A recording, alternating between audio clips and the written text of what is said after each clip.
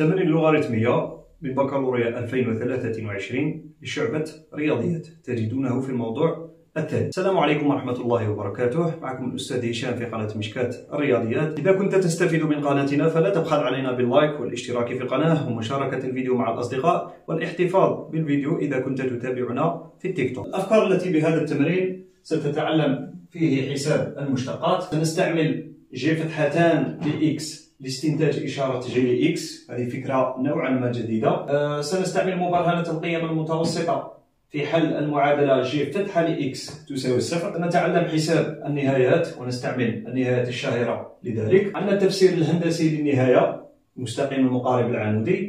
سنبرهن على وجود ممسين، السؤال الشهير برهن على وجود ممسين معامل توجيه كل منهما واحد، ثم نعين معادلتيهما. وسنتعلم كذلك رسم الممسين ورسم المنحنى. عندنا كذلك المناقشة الوسيطية المائلة من الشكل اف اكس تساوي اكس زائد ان. هي ماشي مناقشة، يقول لك عين قيم ان حتى تقبل ثلاثة حلول، نفس الشيء تقريبا. ثم سنبين أن الدالة اف كبيرة أصلية للدالة اف صغيرة. وسنتعلم أيضا كيف نحسب مساحة الحيز المحدد ب سي اف وبعض المستقيمات باستعمال التكامل بالطبع. ثم سنتعلم كيف نحول المساحة إلى السنتيمتر المربع. أترككم الآن مع نص التمرين، خذوا له لقطة شاشة ولنبدأ. بسم الله. الدالة جي معرفة على دي جي يساوي صفر زائد لا نهاية. جي لإكس تساوي إكس ناقص 3 لن إكس زائد إكس واحد ألف.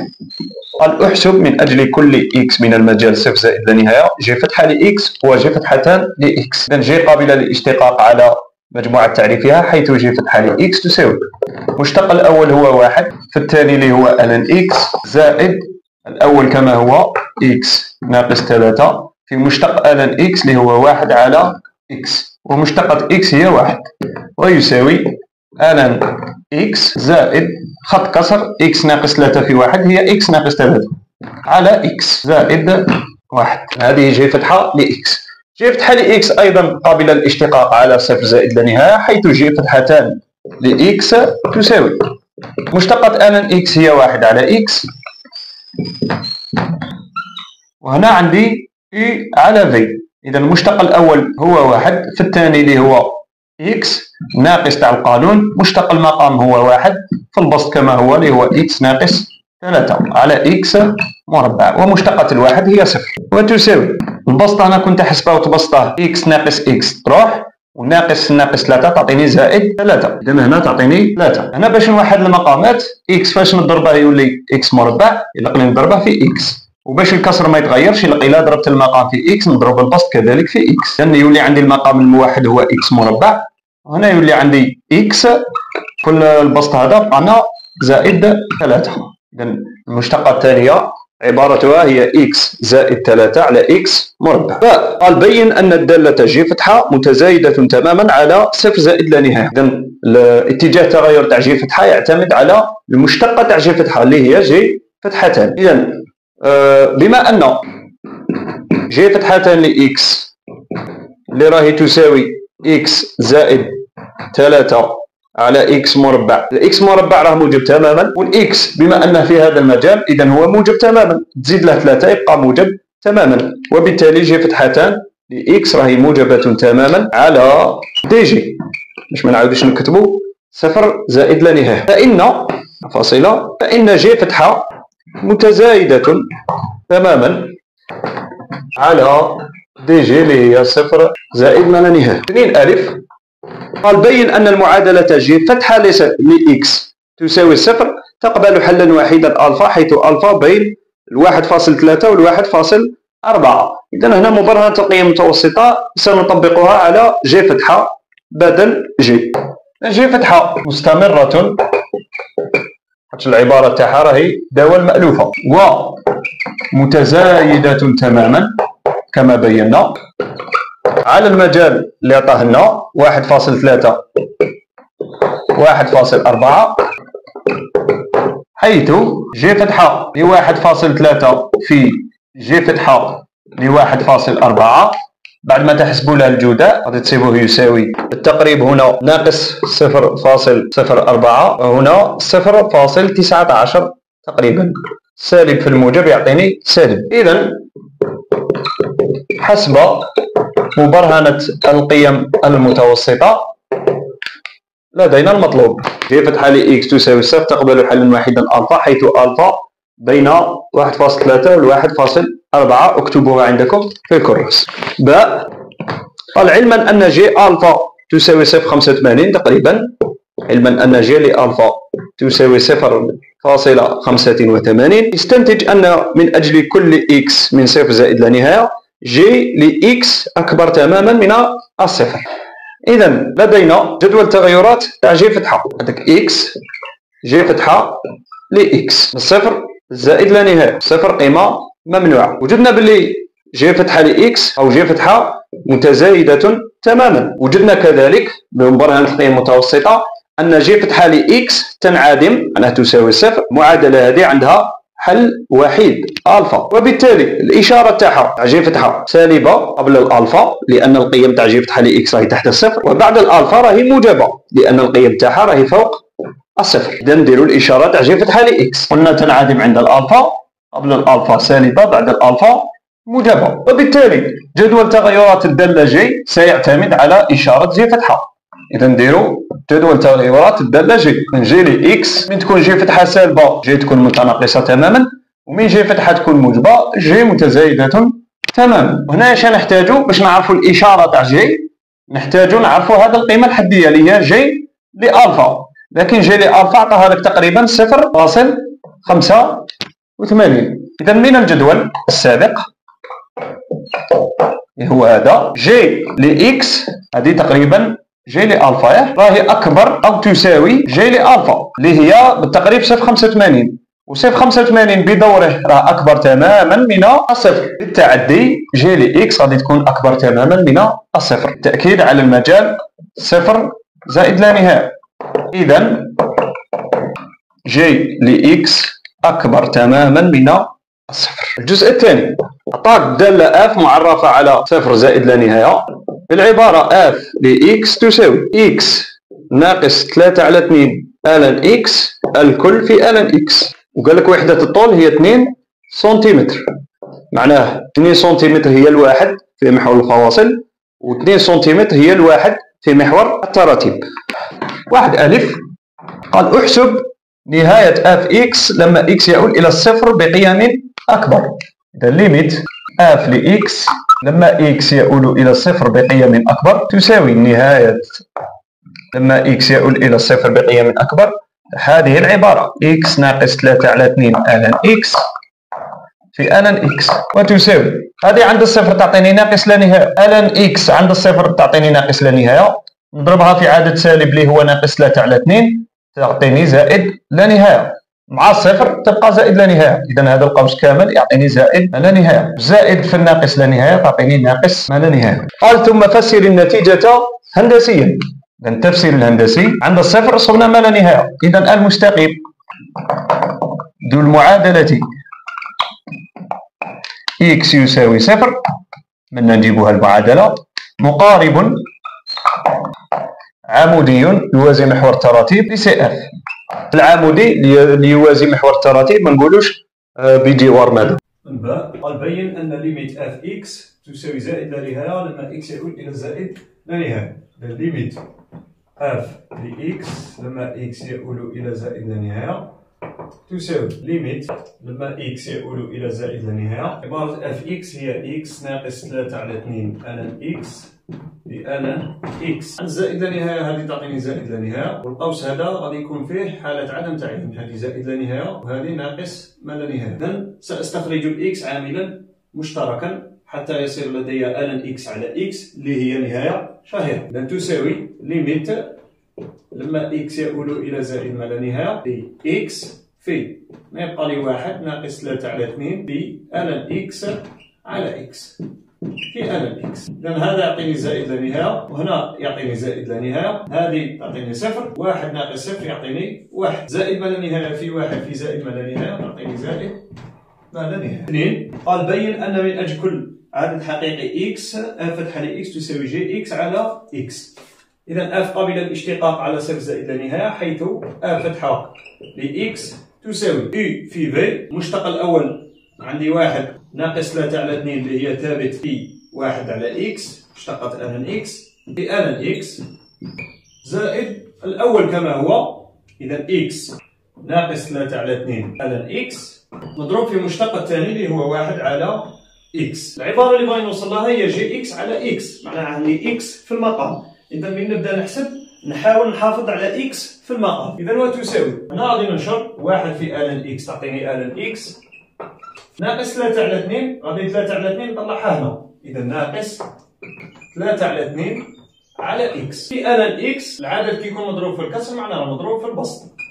إذا في ln x وأنا عندي 1 على x، الإكس راه واجد في المقام. إذا هذه كاملة غادي نطلعها هنا. إذا زائد x ناقص 3 على 2 ln x على x. هنا المقام عندي x، هنا عندي x، هنا راه واحد المقام، نضربها في x هنا ونضرب في x هنا باش نوحد المقامات. إذا وتساوي مقام واحد x هنا x ln x ناقص 3 على 2 ln x ناقص 3 على 2 ln x. ناقص 3 على 2 مع ناقص 3 على 2 تعطيني ناقص 6 على 2 اللي هي ناقص 3. إذا ناقص 3 ln x يبقى لي هنا زائد x. نستخرج ln x عاملا مشتركا، هنا راه مضروب في الإكس وهنا مضروب في ناقص 3 في ln x زائد x، وهذه هي جي ل x. إذا رانا بينا بلي تساوي جي ل x على قال ثم شكل جدول تغيرات الدالة f. جدول تغيرات الدالة f يعتمد على إشارة f فتحة ل x. x f فتحة ل x f ل x. الصفر زائد لا نهاية، صفر قيمة ممنوعة بالطبع. إشارة f فتحة ل x نروح f فتحة ل x هي جي x على x. ال x راه في الصفر زائد لا نهاية إذا موجب تماما، وبالتالي إشارة f فتحة ل x هي من إشارة جي ل x، وإشارة جي ل x بينا سابقا أنها موجبة تماما. إذا موجبة تماما f فتحة، وعليه فإن f متزايدة تماما.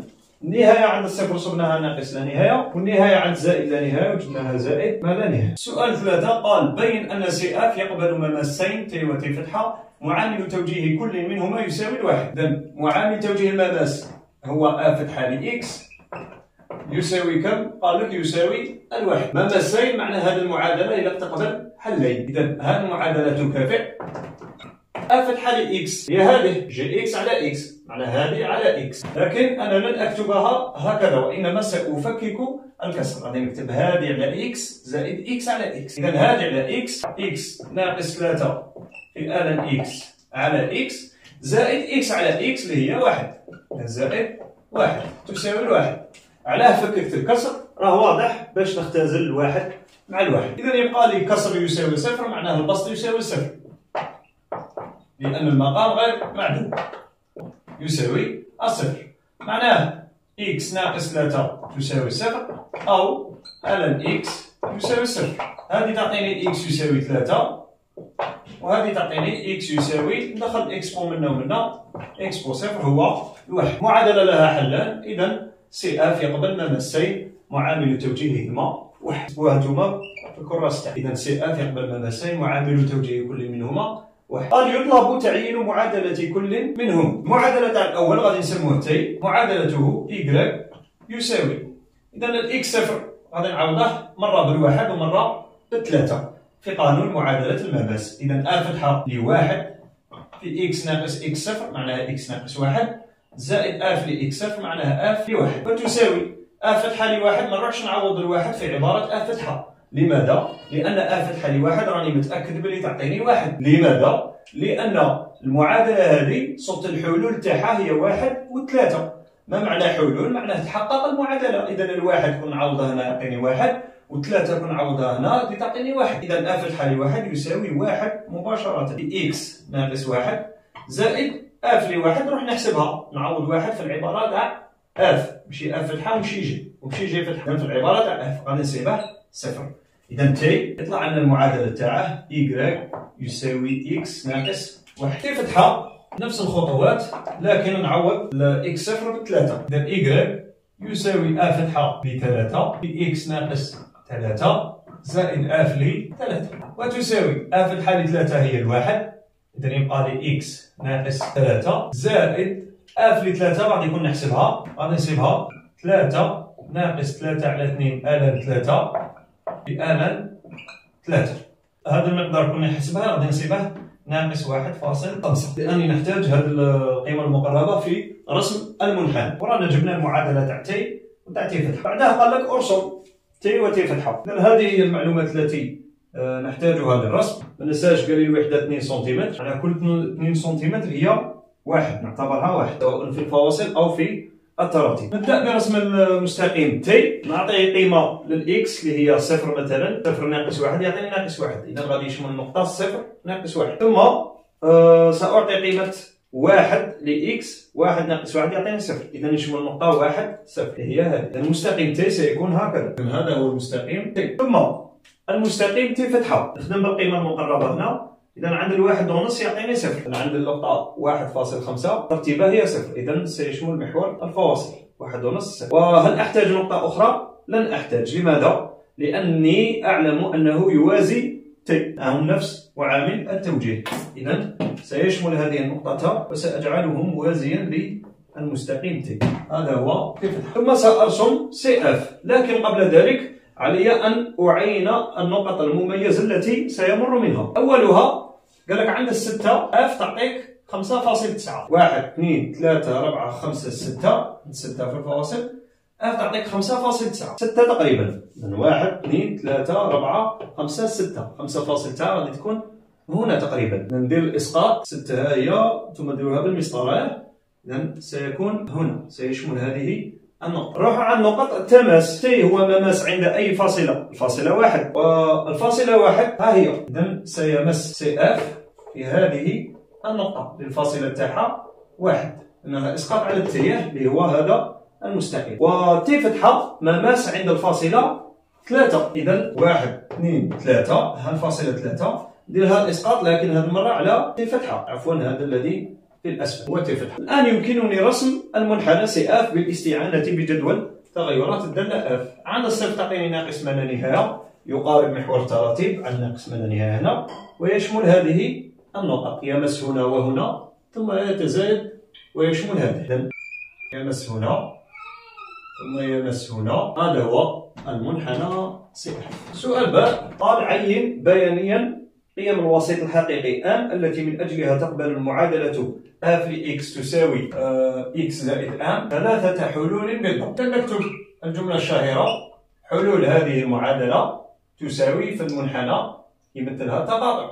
إذا حلول هذه المعادلة هي، لكن الحلول هي فواصل تاع نقط التقاطع، الفواصل نقط تقاطع.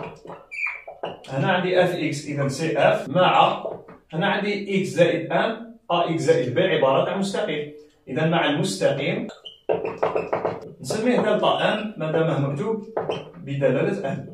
المعادلة تاعه إيكغيك يساوي إكس زائد ام، حيث نلاحظ هنا بلي معامل التوجيه تاعه هو واحد، إذا راه يوازي تي ويوازي تي فتحة، هذه وحدة. إذا حيث دلتا ام راه يوازي تي ويوازي تي فتحة.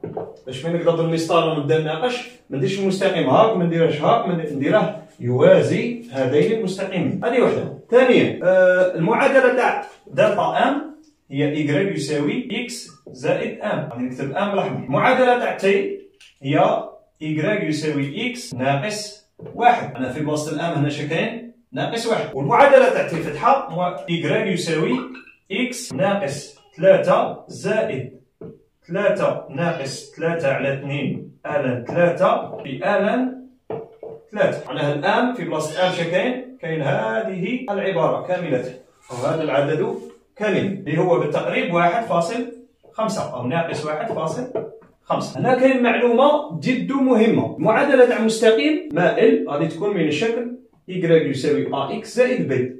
البي هذا قرينا في السنة الأولى بلي يمثل التقاطع مع محور التراتيب. أنا في بلاصة البي واش عندي؟ عندي الآن راه واحد باين، في بلاصة البي عندي الآن، إذا دلتا ام يقطع محور التراتيب في الترتيبة ام. تي يقطع محور التراتيب عند البي اللي هو ناقص واحد. كون نروحو نشوفو المستقيم تي ها هو، إذا وين راه يقطع محور التراتيب؟ راك تشوف عند الترتيبة ناقص 1. في فتحة راه يقطع محور التراتيب في الترتيبة ناقص 1.5 تقريبا. إذا بالتقريب ناقص 1.5. الآن المستقيم دلتا ام غادي يكون يوازي هادو، إذا يكون هكذا أو هكذا أو هكذا أو هكذا، وغادي يبدا يطلع ويهول ويقطع محور التراتيب عند الترتيبة ام. القيم تاع ام المطلوبة قال لك حتى تقبل المعادلة 3 حلول بالضبط. معناه يلق لي دلتا ام يقطع المنحنى سي اف في 3 نقط مختلفة. وين يقطع في 3 نقط مختلفة؟ إذا من يكون ام هنايا منا وهول تحت الناقص 1.5 غادي يقطع في نقطة واحدة، ماشي هي القيم المطلوبة. من ينطبق على التي فتحة غادي يقطع في هذه النقطة وهذا النقطة. إذا شحال عندي نقطتين، إذا حلين، ماشي هي القيم المطلوبة. من يكون ينطبق على تي غادي يقطعه كذلك في نقطتين، هذه وهذه، إذا ماشي هي قيم مطلوبة.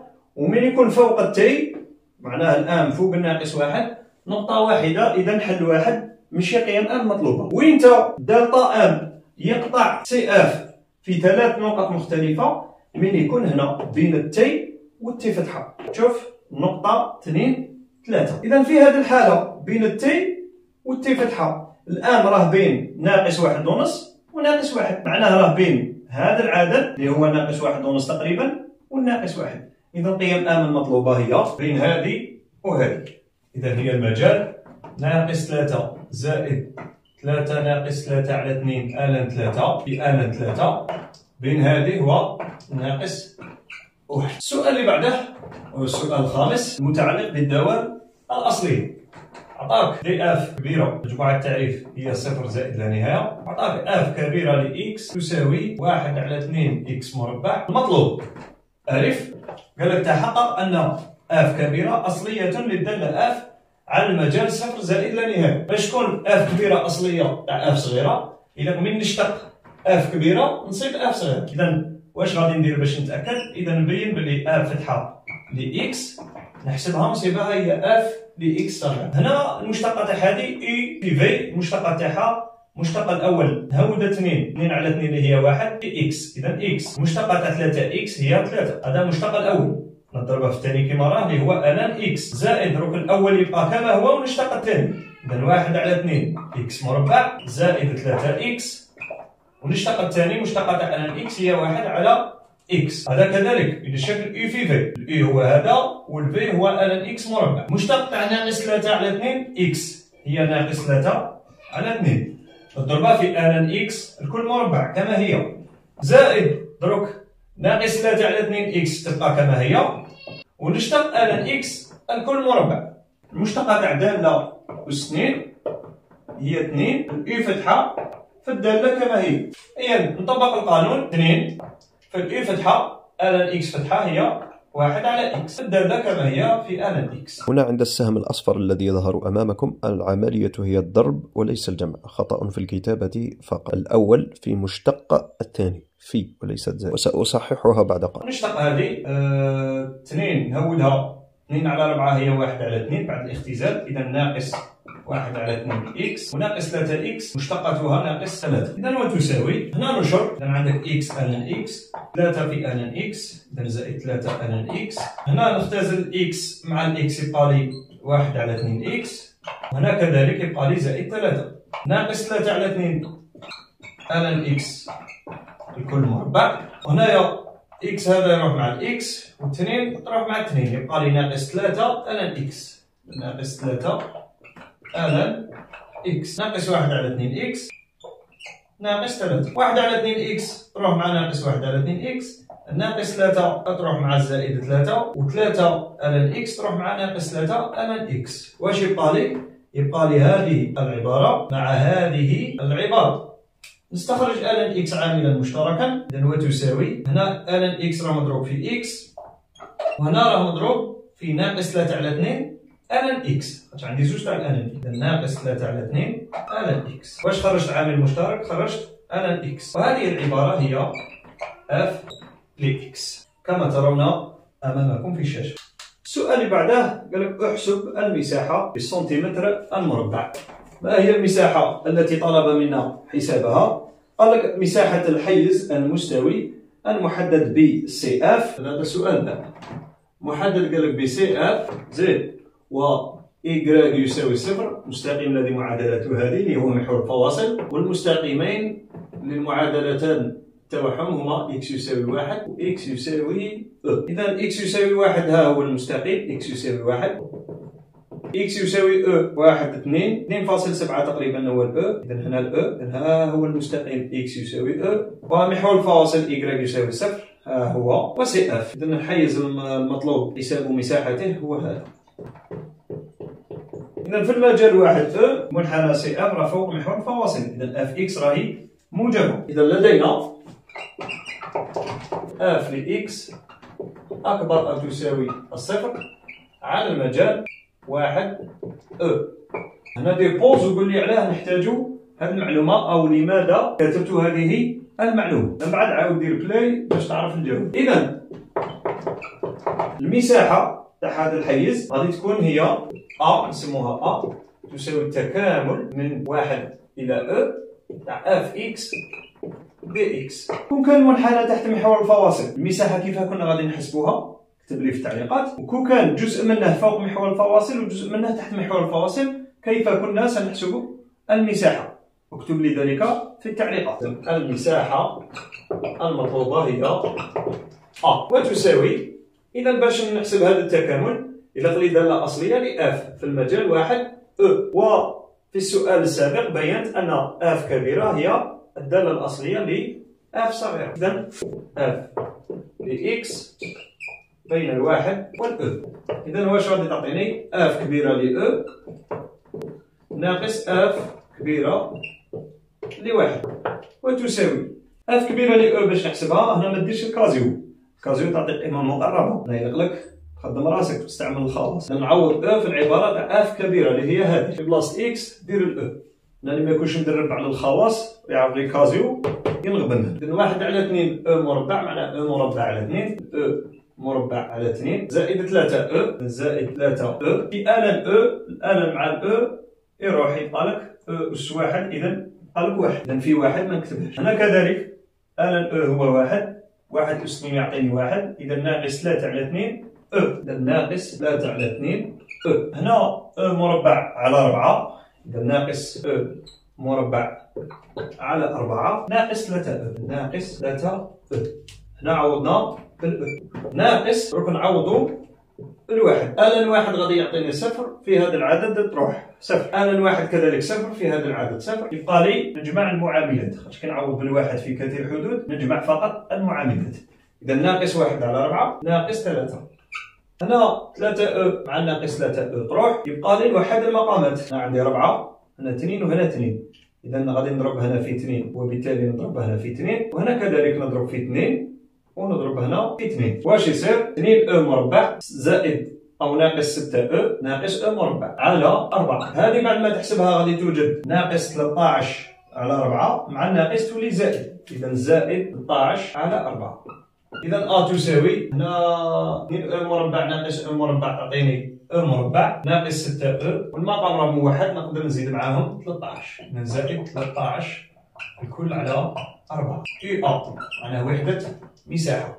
باش تحول للسنتيمتر المربع واش ندير؟ إلا قلنا نضرب هذا المقدار في طول الوحدة في محور الفواصل ونزيد نضربه في طول الوحدة في محور التراتيب بالسنتيمتر بالطبع. إذا الوحدة هنا في محور الفواصل هي 2 سنتيمتر والتراتيب كذلك 2 سنتيمتر، إذا نضرب في 2 في 2 معناه في 4. غادي تروح مع هذا الربعة يبقى لي فقط البسط. إذا المساحة بالسنتيمتر المربع هي او مربع ناقص 6 او زائد 13 سنتيمتر مربع. كان معكم أستاذ هشام في قناة مشكاة الرياضيات، أرجو أن تكونوا قد انتفعتم واستفدتم من هذا الفيديو. ما تنسوناش من اللايك والاشتراك في القناة ومشاركة الفيديو مع الأصدقاء ليستفيد الجميع ولتشجعونا على الاستمرار معكم، والسلام عليكم ورحمة الله وبركاته.